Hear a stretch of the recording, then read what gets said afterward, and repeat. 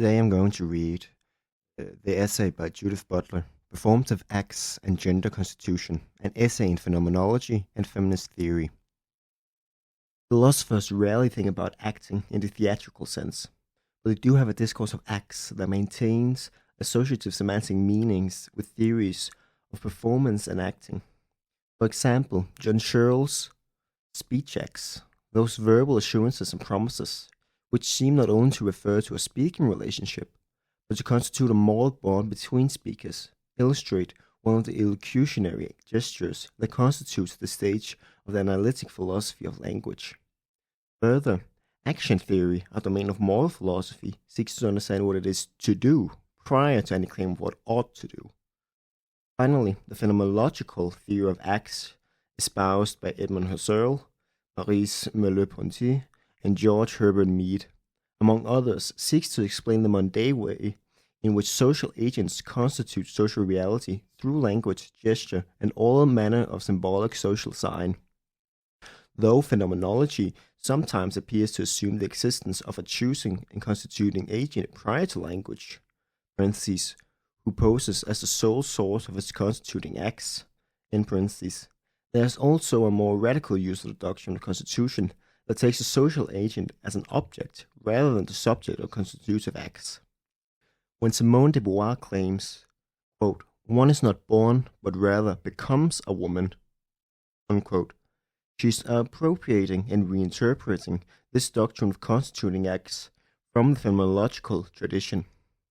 In this sense, gender is in no way a stable identity or a locus of agency from which various acts proceed. Rather, it is an identity tenuously constituted in time, an identity instituted through stylized repetition of acts. Further, gender is instituted through the stylization of the body and hence must be understood as the mundane way in which bodily gestures, movements, and enactments of various kinds constitute the illusion of an abiding gender itself. This formulation moves the conception of gender off the ground of a substantial model of identity to one that requires a conception of a constituted social temporality. Significantly, if gender is instituted through acts which are internally discontinuous, then the appearance of substance is precisely that, a constructed reality, a performative accomplishment, which the mundane social audience, including the actors themselves, come to believe and to perform in the mode of belief. If the ground of gender identity is the stylized repetition of acts through time, and not a seemingly seamless identity, then the possibilities of gender transformation are to be found in the arbitrary relation between such acts, in the possibility of a different sort of repeating, in the breaking or a subversive repetition of that style. Through the conception of gender acts sketched above, I'll try to show some ways in which reified and naturalized conception of gender might be understood as constituted and hence capable of being constituted differently, in opposition to theatrical or phenomenological models which take the gender itself to be prior to its acts. I understand constituting acts not only as constituting the identity of the actor, but as constituting that identity as a compelling illusion, an object of belief. In the course of making my argument, I will draw from theatrical, anthropological, and philosophical discourses, but mainly phenomenology, to show that what is called gender identity is a performative accomplishment compelled by social sanction and taboo. In its very character, as performative resides the possibility of contesting its reified status. Part 1. Sex/gender. Feminist and phenomenological views. Feminist theory has often been critical of naturalistic explanations of sex and sexuality that assume that the meaning of woman's social existence can be derived from some part of their physiology. In distinguishing sex from gender, feminist theorists have disputed causal explanations that assume that sex dictates or necessitates certain social meanings for women's experience. Phenomenological theories of human embodiment have also been concerned to distinguish between the various physiological and biological causalities that structure bodily existence, and the meanings that embodied existence assumes in the context of lived experience. In Merleau-Ponty's reflections in the Phenomenology of Perception on the body in its sexual being, he takes issue with such accounts of bodily experience and claims that the body is, quote, an historical idea, unquote, rather than, quote, a natural species, unquote. Significantly, It is this claim that Simone de Beauvoir cites in The Second Sex, when she sets the stage for a claim that woman, and by extension any gender, is an historical situation rather than a natural fact. In both contexts, the existence and facticity of the material or natural dimensions of the body are not denied, but reconceived as distinct from the process by which the body comes to bear cultural meanings. For both Beauvoir and Merleau-Ponty, the body is understood to be an active process of embodying certain cultural and historical possibilities, a complicated process of appropriation which any phenomenological theory of embodiment needs to describe. In order to describe the gendered body, a phenomenological theory of constitution requires an expansion of the conventional views of acts to mean both that which constitutes meaning and that through which meaning is performed or enacted. In other words, the acts by which gender is constituted bear similarities to the performative acts within theatrical contexts. My task, then, is to examine in what ways gender is constructed through specific corporeal acts and what possibilities exist for the cultural transformation of gender through such acts. Merleau-Ponty maintains not only that the body is an historical idea, but a set of possibilities to be continually realized. In claiming that the body is an historical idea, Merleau-Ponty means that it gains its meaning through a concrete and historically mediated expression in the world. That the body is a set of possibilities signifies A, of interior essence, and B, that its concrete expression in the world must be understood as a taking up and rendering specific of a set of historical possibilities. Hence, there is an agency which is understood as a process of rendering such possibilities determinate. These possibilities are necessarily constrained by available historical conventions. The body is not a self-identical or merely factic materiality. It is a materiality that bears meaning, if nothing else, and the manner of this bearing is fundamentally dramatic. By dramatic, I mean only that the body is not merely matter, but a continual and incessant materializing of possibilities. One is not simply a body, but in some very key sense, one does one's body, and indeed one does one's body differently from one's contemporaries, and from one's embodied predecessors and successors as well. It is, however, clearly unfortunate grammar to claim that there is a we or an I that does its body, as if a disembodied agency preceded and directed the embodied exterior. More appropriate, I suggest, would be a vocabulary that resists the substance metaphysics of subject-verb formation and relies instead on an ontology of present participles. The I, that is, its body, is, of necessity, a mode of embodying, and the what that it embodies is possibilities. But here again the grammar of formulation misleads, for the possibilities that are embodied are not fundamentally exterior or antecedent to the process of embodying itself. As an intentionally organized materiality, the body is always an embodying of possibilities, both conditioned and circumscribed by historical convention.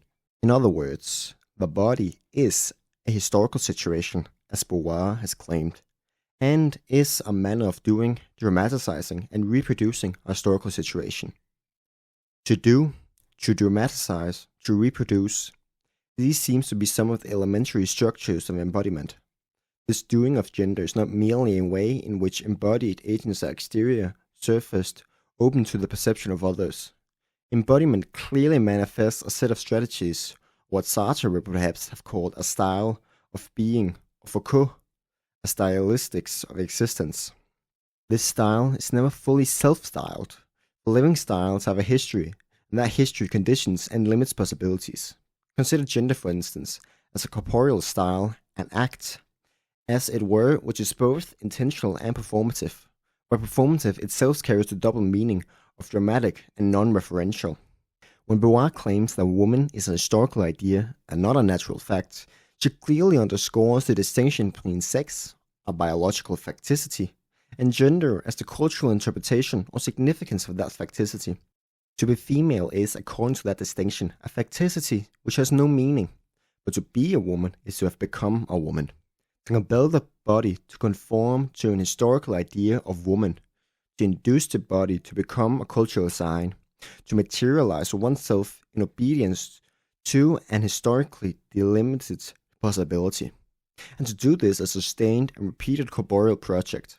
The notion of a project, however, suggests the originating force of a radical will, and because gender is a project which has cultural survival as its end, The term surety better suggests the situation of duress under which gender performance always and variously occurs.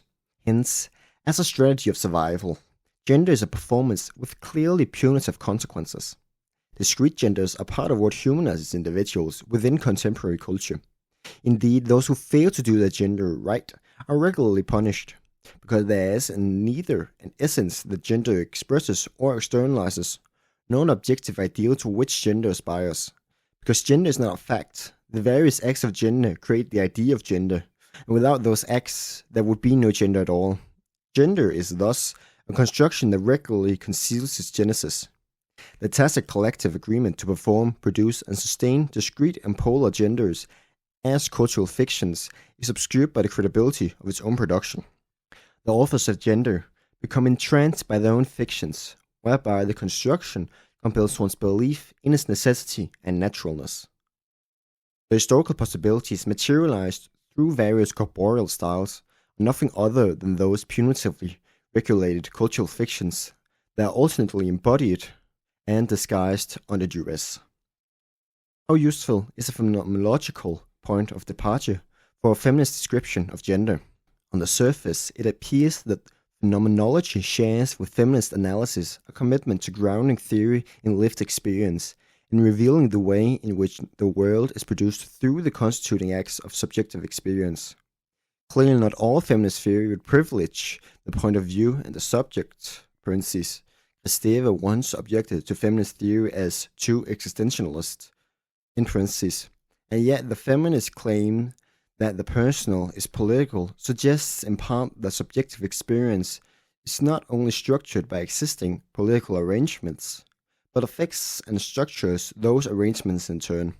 Feminist theory has sought to understand the way in which systemic or pervasive political and cultural structures are enacted and reproduced through individual acts and practices, and how the analysis of ostensibly personal situations is clarified through situating the issues in a broader and shared cultural context. Indeed, the feminist impulse, and I am sure there is more than one, is often emerged in the recognition that my pain or my silence or my anger or my perception is finally not mine alone, and that it delimits me in a shared cultural situation, which turn enables and empowers me in unanticipated ways. The personal is thus implicitly political inasmuch as it is conditioned by shared social structures, while the personal has also been immunized against political challenge to the extent that public/private distinctions endure. For feminist theory, then, the personal becomes an expansive category, one which accommodates, if only implicitly, political structures usually viewed as public. Indeed, the very meaning of the political expands as well. At its best, feminist theory involves dialectical expansion of both these categories. My situation does not cease to be mine just because it is the situation of someone else. My acts, individual as they are, nevertheless reproduce the situation of my gender, and do that in various ways. In other words, there is, latent in the personal, is political formulation of feminist theory, a supposition that the life world of gender relations is constituted, at least partially, through the concrete and historically mediated acts of individuals. Consider that the body is invariably transformed into his or her body. The body is only known through its gendered appearance. It would seem imperative to consider the way in which this gendering of the body occurs. My suggestion is that the body becomes its gender through a series of acts which are renewed, realized, and consolidated through time. From a feminist point of view, one might try to reconceive the gendered body as a legacy of sedimented acts rather than a predetermined or foreclosed structure, essence or fact, whether natural, cultural, or linguistic. The feminist appropriation of the phenomenological theory of constitution might employ the notion of an act in richly ambiguous sense. If the personal is a category which expands to include the wider political and social structures, then the acts of the gendered subject would be similarly expansive. Clearly, they are political acts which deliberate and instrumental actions of political organizing. Resistance, collective interventions with the broad aim of instating a more just set of social and political relations. There are thus acts which are done in the name of women, and then there are acts in and of themselves, apart from any instrumental consequence, that challenges the category of women itself.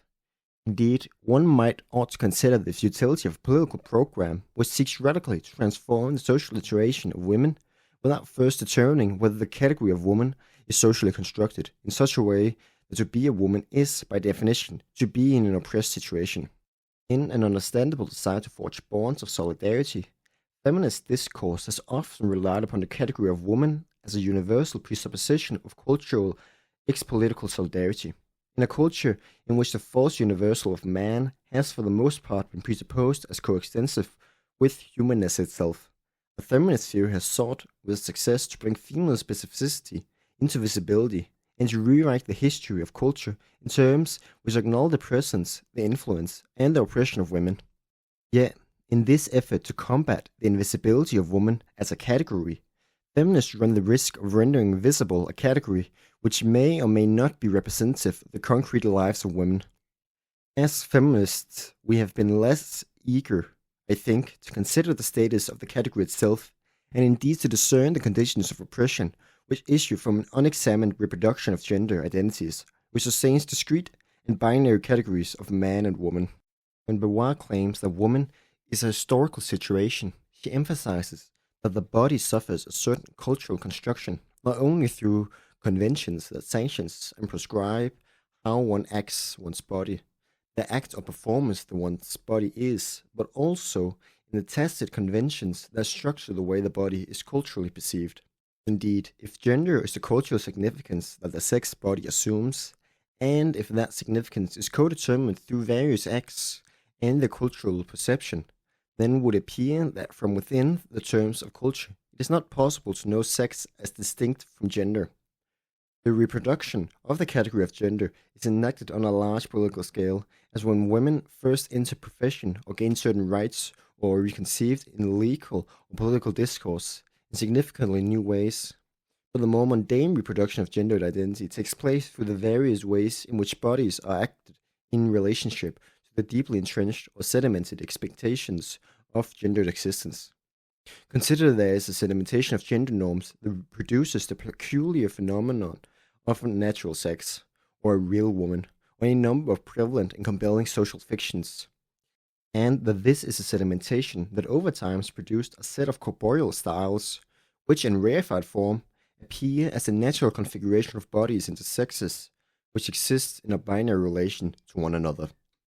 I think as a comment on this part would be comparing it to how class has been conceptualized by socialists through time. Marxists don't conceptualize class as some essentialist concept, but as socially situated. At the same time, Butler explains how if you understand gender as an essential part of society and not a socially situated part of society, then you'll get, idealistic understanding of society. In this way, I think that the understanding she provides here could be quite insightful to many Marxists. Second part, binary genders and the heterosexual contract. To guarantee the reproduction of a given culture, various requirements, well established in the anthropological literature of kinship, have instated sexual reproduction within the confines of a heterosexually based system of marriage that requires the reproduction of human beings in certain gendered modes, which in effect guarantee the eventual reproduction of that kinship system.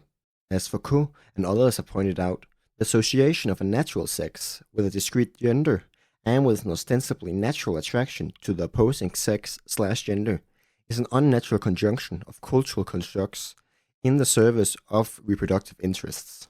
Feminist cultural anthropology and kinship studies have shown how cultures are governed by conventions that not only regulate and guarantee the production, exchange, and consumption of material goods, but also reproduce the bonds of kinship itself, which requires taboos and a punitive regulation of reproduction to effect that end.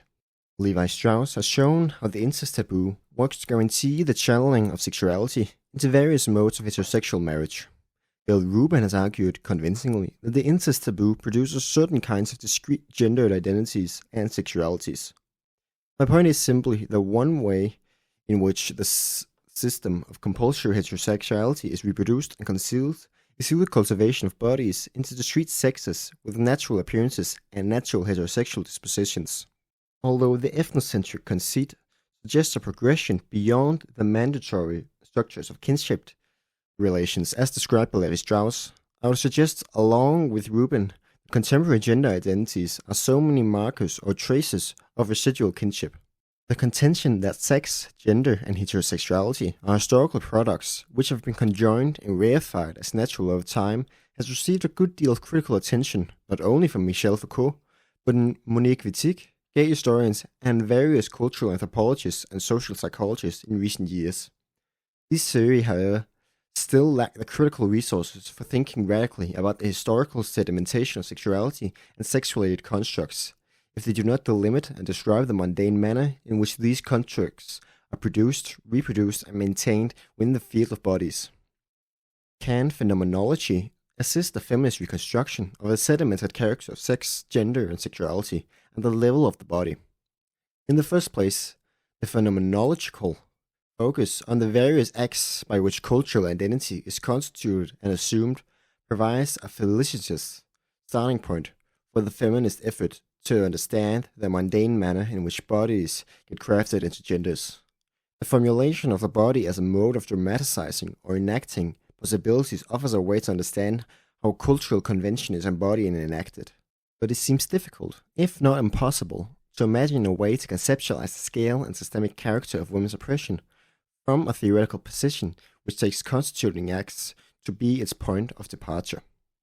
Although individual acts do work to maintain and reproduce systems of oppression, and indeed any theory of personal political responsibility presupposes such a view, it doesn't follow that oppression is a sole consequence of such acts. One might argue that without human beings, those various acts largely constructed produces and maintain oppressive conditions. Those conditions would fall away, but note that the relation between acts and conditions is neither unilateral nor unmediated. There are social contexts and conventions within which certain acts not only become possible, but become conceivable as acts at all. The transformation of social relations becomes a matter, then, of transforming hegemonic social conditions, rather than the individual acts that are spawned by those conditions. Indeed, one runs the risk of addressing the merely indirect, if not epiphanal, reflection of those conditions if one remains restricted to a politics of acts.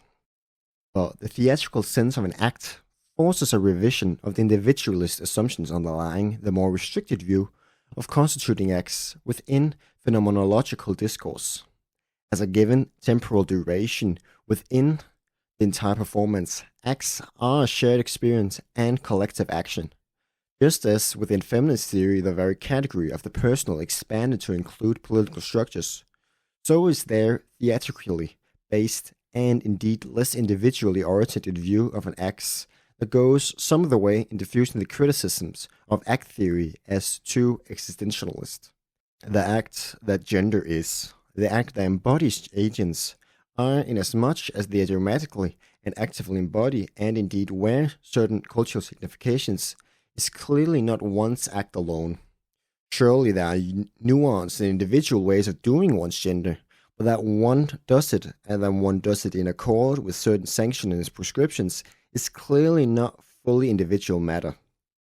Here again, I don't mean to minimize the effect of certain gender norms which originate within the family and are enforced through certain familial modes of punishment and reward, which as a consequence might be construed as highly individual. But even there, family relations recapitulate, individualize, and specify pre-existing cultural relations. They are rarely, if ever, radically original. The act that one does, the act that one performs, is, in a sense, an act that has been going on before one arrived on the scene. Hence, gender is an act which has been rehearsed much as a script survives the particular actors who make use of it, but which requires individual actors in order to be actualized and reproduced as reality once again. The complex components that go into an act must be distinguished in order to understand the kind of acting in concert and acting in accord which acting one's gender invariably is. In what sense, then, is gender an act? As anthropologist Victor Turner suggests in his studies of ritual social drama, social action requires performance which is repeated. This repetition is at once a reenactment and a re-experiencing of a set of meanings already socially established. It is the mundane and ritualized form of the legitimatization. When this conception of social performance is applied to gender, it is clear that although their individual bodies they enact these significations by becoming stylized into gendered modes, this action is immediately public as well. There are temporal and collective dimensions to these actions, and the public nature is not inconsequential. Indeed, the performance is effected with the strategic aim of maintaining gender within its binary frame. Understood in pedagogical terms, the performance renders social laws explicit. It's a public action and performative act. Gender is not a radical choice or project that reflects a merely individual choice, but neither is it imposed or inscribed upon the individual as some post-structuralist displacements of the subject would contend. The body is not passively scripted with cultural codes, as if it were a lifeless recipient of wholly pre-given cultural relations. But neither do embodied selves pre-exist the cultural conventions which essentially signify bodies.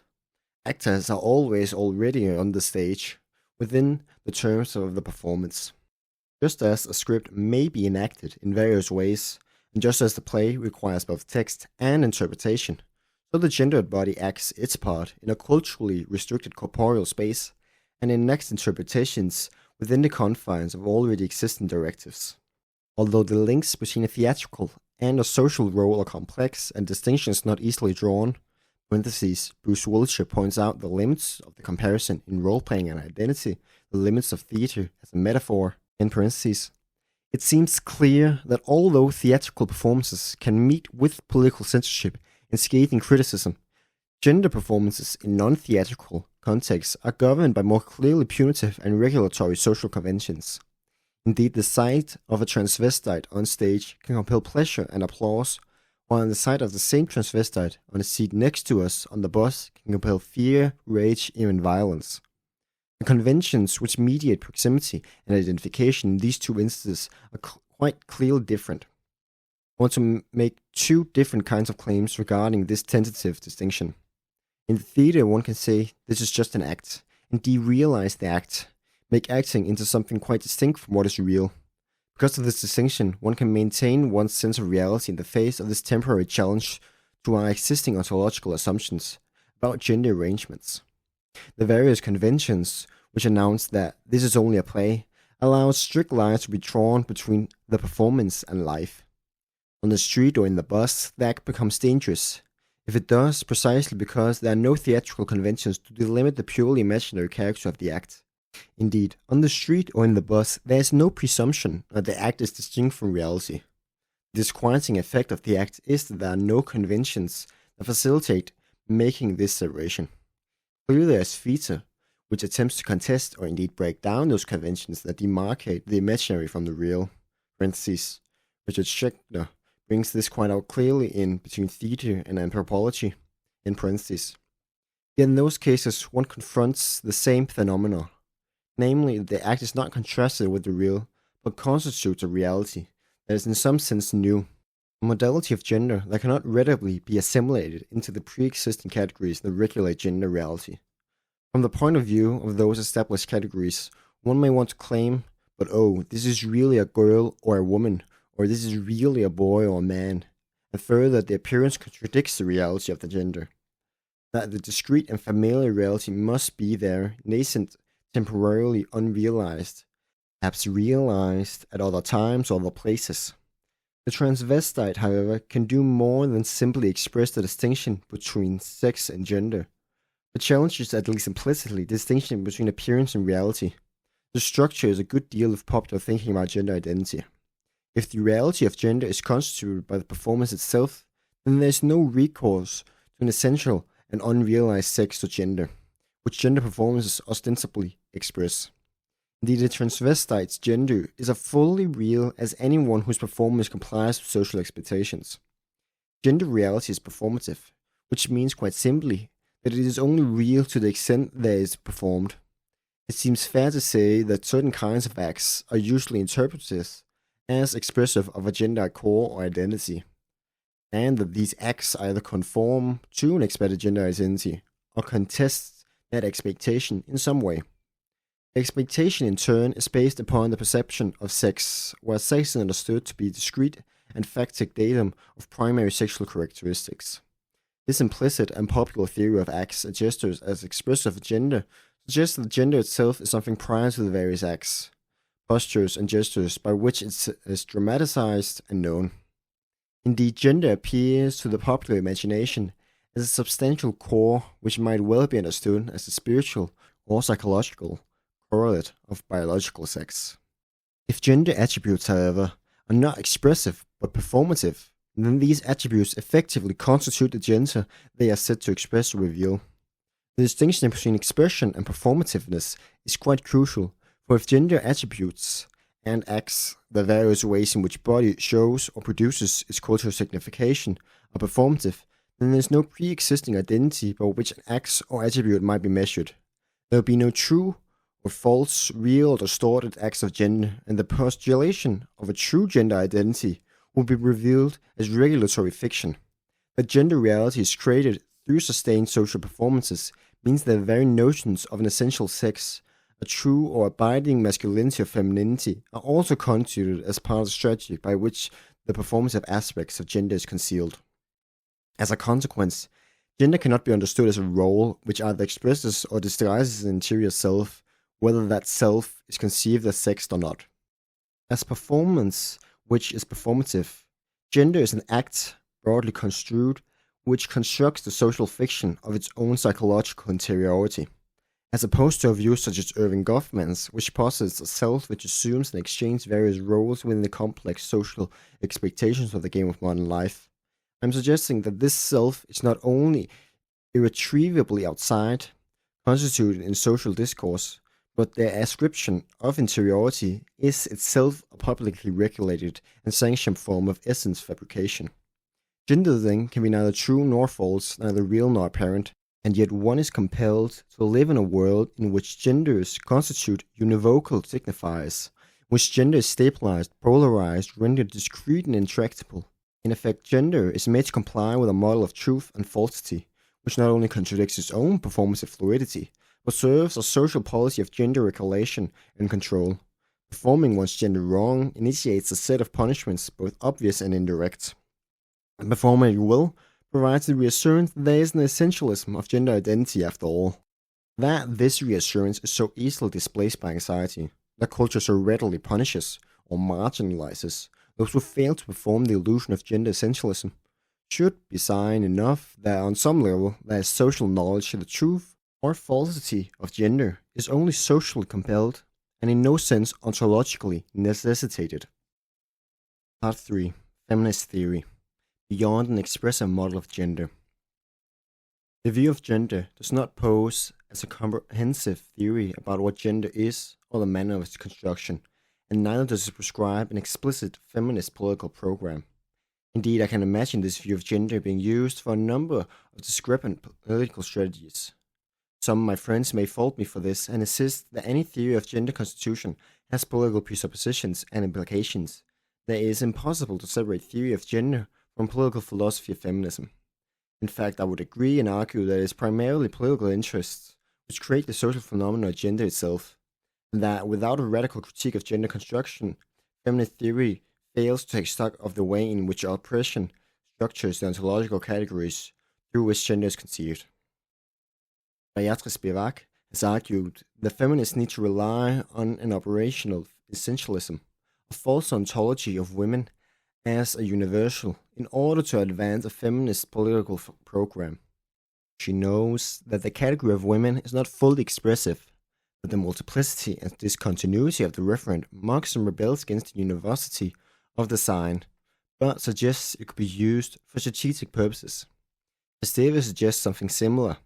I think when she prescribes that feminists use the category of women as a political tool without attributing ontological integrity to the term, and adds that, strictly speaking, women cannot be said to exist.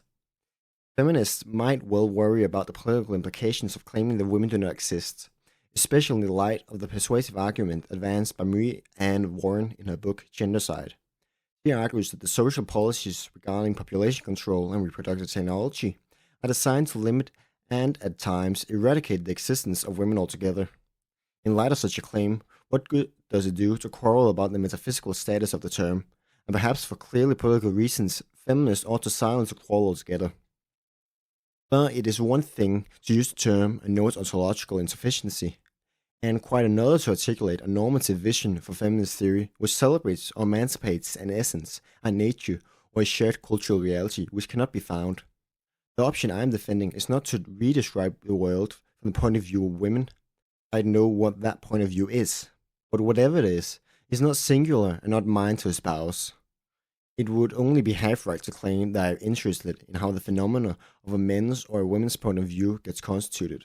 For while I do think that those points of views are indeed socially constituted, and that a reflexive genealogy of those points of view is important to do, it is not primarily the gender episteme that I am interested in exposing, deconstructing, or reconstructing. Indeed, it is the presupposition of the category of woman itself that requires critical genealogy of the complex institutional and discursive means by which it is constituted. Although some feminist literary critics suggest that the presupposition of sexual difference is necessary for all discourse, that position reifies sexual differences as the founding moment of culture, and precludes analysis not only of how sexual difference is constituted to begin with, but how it's continuously constituted.